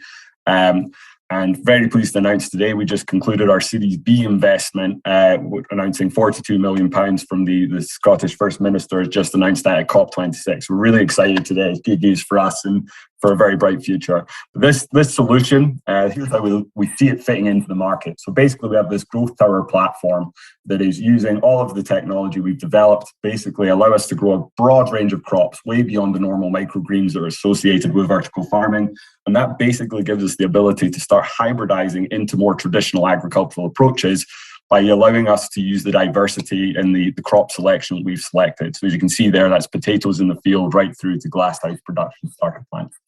Why this market? Because it's food, it's huge. It's something that absolutely is white hot right now, as I say, lots of investment going on, and it's a really exciting space to be involved in, but you have to have the right solutions and it has to succeed. And that's through strategic partnerships like being based at the James Hutton Institute, a world-renowned crop seed research centre in Scotland. One of the big things that we set out to do, though, was make sure that we have a covenant with the market. We are an R&D company and a production company. We do not grow crops. The growers, they're the users of the technology, and that allows them to focus on the commercial sale of plants and crops to their market, whilst we can then focus on doing the technology and the growth recipes behind that. So we have a productized industrial, scalable, modular, and agile solution using key technologies such as those from Omron to help us power that solution in the best way for the grower to get the best outcome for their specific requirement. But we have to do that in a way that meets the UN sustainability strategy for that. So that's looking at how can we avoid all the negative aspects of this and bring all the benefits of growth in a way for people such as new entrepreneurs coming into this space, traditional broadacre farmers, existing indoor growers who are looking to see to improve their own processes through the technology that they've been producing, and ultimately feeding that to traditional into the food market that we all utilize across all the different ranges through that. So here's an example of some of the crops we've been doing. You can see everything from high-end niche products such as the edible flowers right through to mini tubers. And we made a pact as vertical farming had made a promise to the world that it was going to be part of this solution to feed it. And this is really some of the ones that some of the products that we can see actually moving towards that. This is a food tech challenge, so I won't mention the trees too much there, but that's something that we're also exploring and how this technology can help make itself more sustainable and feed the world, basically. So the key technologies we developed are the way that we change the power behind the LED technology. So that's really one that allows us to use this process of photon optimization so that every crop that we put into our system is being lit in the best way and most efficient way to give it the highest nutrition and the best yield outputs that we can put. And we use the rest of the technology to make sure that the rest of the conditions within that environment are appropriate. So the HVAC system, and we combine that into an automated system to help us reduce labor costs, but also maximize biosecurity so that we have much less wastage coming out of these systems and a product that is ready to sit on the shelf, prepared to give us the best shelf life and reduce that wastage from the rest of the process. We've got three key strategies here. That's excellent quality produce, economic competitive, everything we grow must make sense in terms of the economics behind it, and environmentally friendly. We cannot come at this with the technology that is going to cause more impact on the world. So under the pandemic, we've had a really good year, actually. It's been really exciting. There's quite a few stats here to go through. Most importantly, the Series B has really been the validation for me that I've been with the company 6 years, that we've really taken this somewhere that people are recognizing and is very critical. Again, a few things there about the environmental credentials of us, but this is us today where we were operating, and we plan to move out around the world within the next 4 years, really taking this technology to a global scale. We've also had a pretty successful year, and the recognition of that really means a lot to me as well, that we are being recognized for the technology we've developed. Douglas, thank you so much. That was really interesting presentation, and we're waiting for the questions from our jury members. 5 minutes for that. Who would like to be the first? I guess I'll start. This is Andrew. Interesting. Can you speak more about the technology and ultimately, there's a lot of people trying to solve this issue. So what are you doing differently than others? And if you're not the one, I imagine operations is key to delivering on the promise. So if you're outsourcing that to your partners, how do you ensure you've got the right system versus, others who are more vertically integrated? Yeah, no, it's a great question. So the key one for us was we were watching very early on in this. We had that grower knowledge behind this, and Henry, being a farmer, could see a lot of the pitfalls that the technologist might fall into. So we had that agricultural experience behind this. The key focus for us was making sure that biggest power costs, things like the lighting technology, we want to reduce that to an absolute minimum. And as I say, this process of photon optimization that we've integrated is using controllable dynamic lighting that changes throughout the growth cycle of the crop. And in order to do that, we had to come up with a new way of actually powering the LED infrastructure within the system. So that was one of the key patents for us that allowed us to unlock a lot of the potential, not just for controlling the quality of the plants, but mostly about reducing the energy requirement to grow those crops in that process of photon optimization. What that has also enabled us to do, though, is integrate real complex power management systems into that we can actually translate that into making ourselves an asset rather than a burden from an energy side by being a power user that has complete flexibility as to how that power is used, such as time of use, so we grow when energy is cheap, as well as actually being able to go beyond that and use better collaboration with renewable technologies by being completely flexible for short periods of time. We can't do everything, but actually acting like a virtual power plant, almost a battery type technology, using the natural resilience in the plant. So that really helps reduce the cost of operation, but also means that we get the plants to a state that is perfect for moving into the next part of a system. And we've managed to make all of this system integrated so that everything is designed to work together. Next question, please.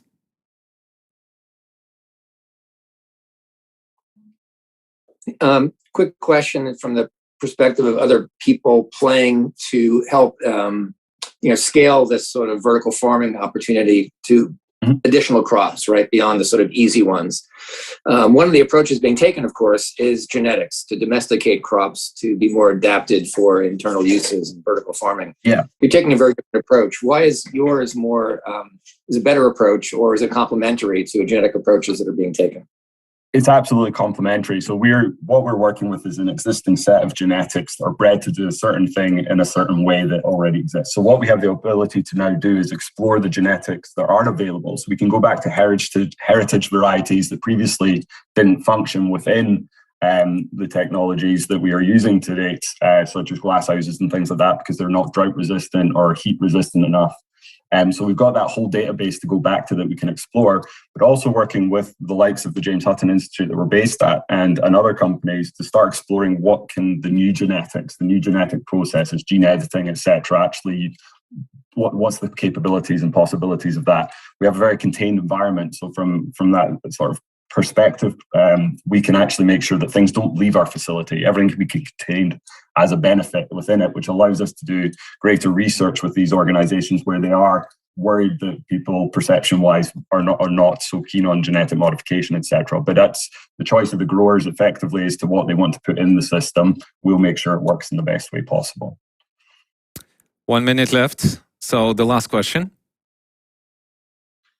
I can go. I was quite impressed by how global you are. So basically, my question is, what's kind of your strategy to decide which countries to go next, and how do you actually choose your partner there to manufacture and distribute your technology? Yeah, it's so our main choices have ultimately been looking at where is so we started mostly focused on Europe and very quickly realizing the opportunities in North America are the big ones. So our focus there was a little bit slow because obviously there's certification requirements that taking things from Europe to the North American market. So it's been about finding strategic partners there that will work with us on that certification process and help us de-risk that to allow us to start going into those markets. But actually, we've been doing a lot of groundwork, mostly on the technological certification side to make sure that those markets can go there. But it is about looking for where they have the biggest challenges from a growing perspective and make sure we can offer the best solution into those markets. Douglas Helder, thank you so much for your presentation and for your answers. And now, last but not least, please welcome the winner of the Animal Tech category, Karen Schuett, the CEO of Livestock Water Recycling. So we will have another 5 minutes for the presentation. Hello, Karen. Hello. Last but not least. Last but not least, yeah, definitely. So I hope that you share the screen and we can see your screen. We're just checking and yeah, we can see your screen. So 5 minutes for your presentation and then 5 minutes for Q&A. Thank you so much.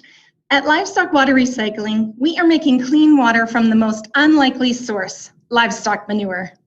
We are using on-farm water treatment technology coupled with data analytics and machine learning to modernize the old-fashioned practice of storage and land spreading of large volumes of livestock waste and manure.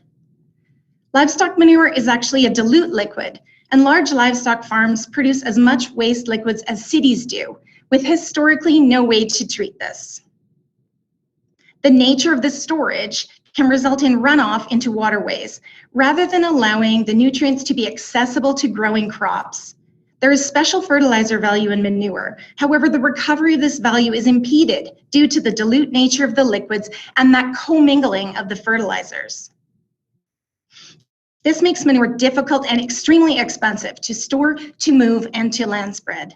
At LWR, we know that manure is an essential natural fertilizer, containing all 14 nutrients required by plant growth, and our systems preserve that. Our patented technology platform is a small water treatment plant that is installed on farm to receive manure directly for treatment before it ever goes to storage. We manufacture 5 models of our systems in Canada to ship for installation globally on any size farm.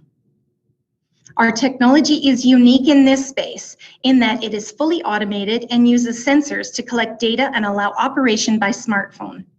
It concentrates waste into 2 distinct fertilizers by separating out the valuable organics and micronutrients that we need for healthy crop growth. And it recycles clean potable water. Our team works together with the confidence gained from a previous international water technology commercialization. My co-founder and I have worked together for over 20 years. Our clients are dairy, hog, and beef producers, as well as food processing facilities and anaerobic digesters. We have systems installed across the United States, in the Middle East, and started working in the UK and EU this year with dealers in Ireland, Portugal, Spain, and Estonia. Our go-to-market model is a combination of direct and distribution sales. Our food clients use data generated from our systems to improve their bottom line. They can precision apply nutrients to improve feed crop production and decrease their costs. They can improve herd health and have reduced antibiotic use at our dairies. They can reduce their greenhouse gas emissions by up to 82%. They can increase their herd size on the same amount of land, and they can meet regulatory requirements. Manure participates in the digital farming revolution with our MyPlant app that provides real-time information to feed into existing farm management software platforms for a real-time view of productivity with manure in mind.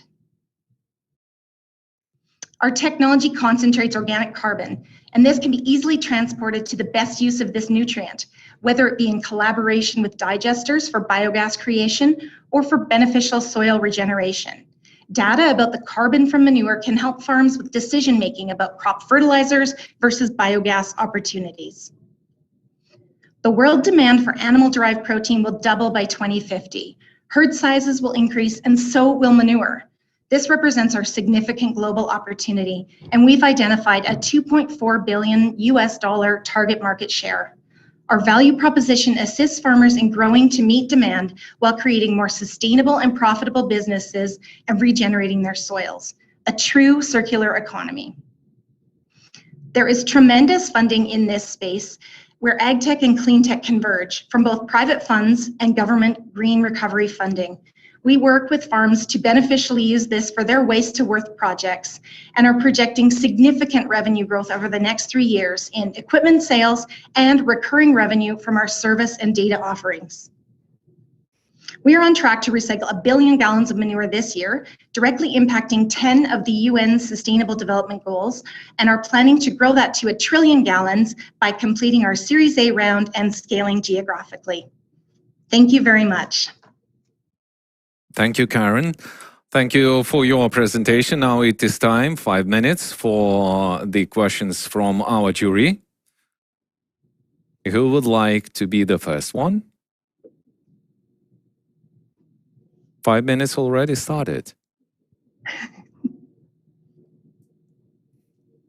Thank you for your presentation. Can you talk a little bit about your scaling?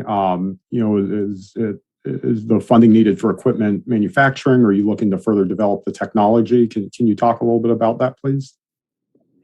Perfect, thank you. So we are in the midst, we're halfway through our $10 million Series A round.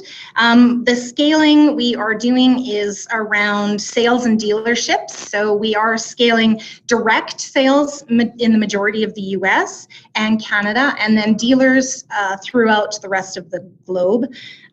We are also building up our IP portfolio. So we have some new patented technology we are bringing to this, including around our machine learning application. And within our manufacturing and fabrication, we have partnered with a fabricator that is assisting with part of our process. But to maintain our unique part of the process, we need to develop some unique manufacturing capabilities in-house. Next question. Can you tell me a little more about what you meant by distribution and direct? Does that mean directly selling the machine to farms, but more about the distribution model? Absolutely, thank you. So we are direct selling into the Midwest right now and throughout Canada. We use dealers in areas where we have, it's advantageous to have feet on the ground as far as local representation. Farms like to buy from groups that are local, where they know they can get reliable local service. So we partner with dealers that are further afield. When we are in Europe, I mentioned that we have dealers, we're growing our dealer and distribution network there. That way they can resell equipment into there and then work on the service in partnership with us. We are also working with a dealer in Asia as well, so that'll be our first dealer in Asia. And then we actually use a dealer or distribution model in California because there's specific regulations that it's advantageous to have a distribution model there. So what we do when we look at the market is we're looking at areas that have, of course, livestock waste and are massive livestock producers, but also where their regulatory and climate regulations need to be addressed, and whether their cost of land is extremely expensive. And then when we look at target a market like that, then we can usually target a distribution partner that will be best connected into that, rather than trying to do everything from Canada. We have 2 more minutes. Who will give the next question? 2 more minutes. I have a question. Please go ahead. I'm wondering about the competitive landscape that you face, and maybe not just direct competitors, but kind of like alternatives of how this manure can be used, and basically why your solution is the best one for farms, or one of the best ones to go for. Absolutely, and we believe it is the best one. Our biggest competition is status quo, where there's farms are hesitant to move forward unless there's a really significant value proposition, which is what our system can deliver. In different markets, our value proposition differs slightly, and we customize our format of selling into those markets. But we have a very unique way of removing particles and separating out fertilizers, and then also separating out volatile solids to work in the renewable natural gas market. So it's just across the board, our platform performs significantly better than any other solution being offered, which is why we've been able to grow globally already with this technology. It's really all around our value proposition and what we can bring to a farm. If it doesn't make sense economically, they're not going to do it, but our growth is showing that it does make sense. Last 30 seconds. One more quick question.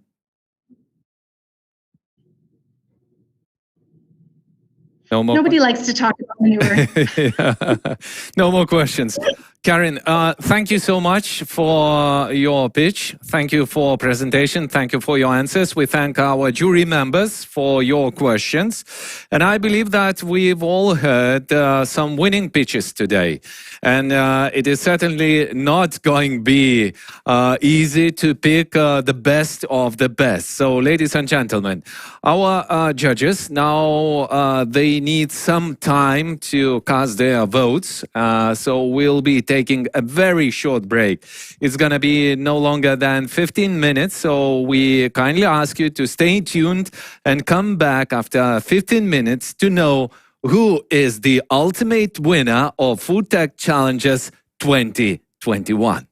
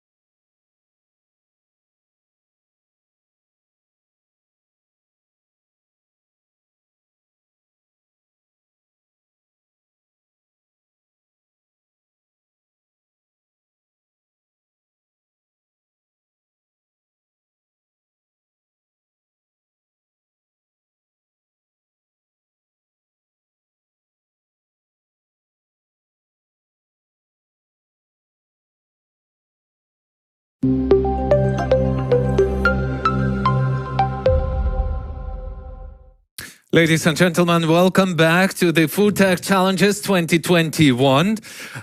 This is Super Final, and right next to me, Rokas Pečulaitis, the co-founder of Food Tech Challenges initiative. Rokas, what a great day we had today on Foods Congress, and it was really fierce competition today. Absolutely. And it was very tough decision for our jury members, but I know that you are ready for the big reveal. Exactly. So, hello everyone.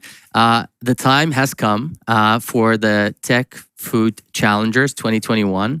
And obviously, you know, we had a fierce competition in 7 different verticals.